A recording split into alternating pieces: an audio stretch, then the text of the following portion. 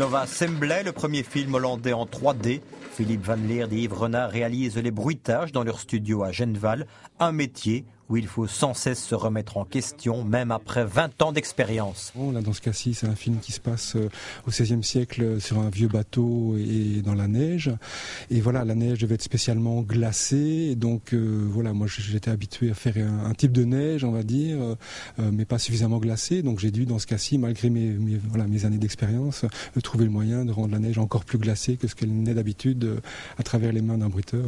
Philippe Van Leer doit faire preuve de beaucoup d'imagination pour coller au mieux au film qui passe sur l'écran. Le bruitage de Largo Winch ou encore le petit Nicolas, par exemple, se sont faits ici. On est vraiment dans l'infini hyper réalisme où tout doit vraiment sonner et on a de plus en plus besoin de faire vivre les petites choses et c'est grâce à tous ces sons qu'on peut aussi générer une tension dans l'image, dans l'histoire, dans la narration. Ambiance toute différente dans un autre studio de la société La Dame Blanche. Pierre Gillet cumule les fonctions de musicien et ingénieur du son. Il habille musicalement un documentaire consacré au surréalisme en Belgique. C'est un film qui dure une petite heure. Et il faut beaucoup de musique, mais originale, avec une quarantaine de séquences différentes qu'il faut habiller musicalement, parce que moi on dit ça, on dit habiller musicalement, les séquences, parfois l'image, parfois un petit peu moins, mais c'est chaque fois de la musique originale. Donc je dois faire une musique sur mesure et avec un air qui me vient à l'idée. Voilà.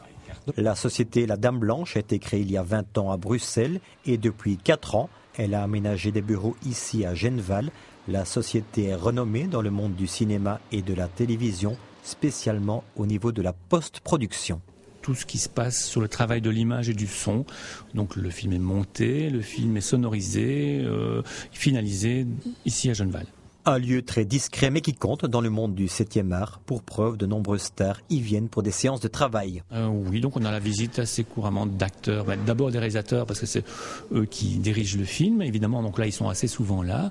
Mais il y a des acteurs comme, je sais pas, on a eu Thierry Lhermitte, il y a 2 semaines, Franck Dubosc, ou Elsa Zilberstein. La Dame Blanche a donc décidé d'ouvrir ses portes une journée dans le cadre de la semaine de la créativité mise sur pied pour la première fois en Wallonie. On vend rien et en plus c'est pas nos clients, donc c'est vraiment par passion parce qu'on aime bien ce qu'on fait et donc quand on aime bien ce qu'on fait on aime bien le montrer, donc c'est vraiment pour ça. Pour en savoir plus sur le programme complet de cette semaine de la créativité, un site internet www.creative-wallonia.be. Ce soir vous aurez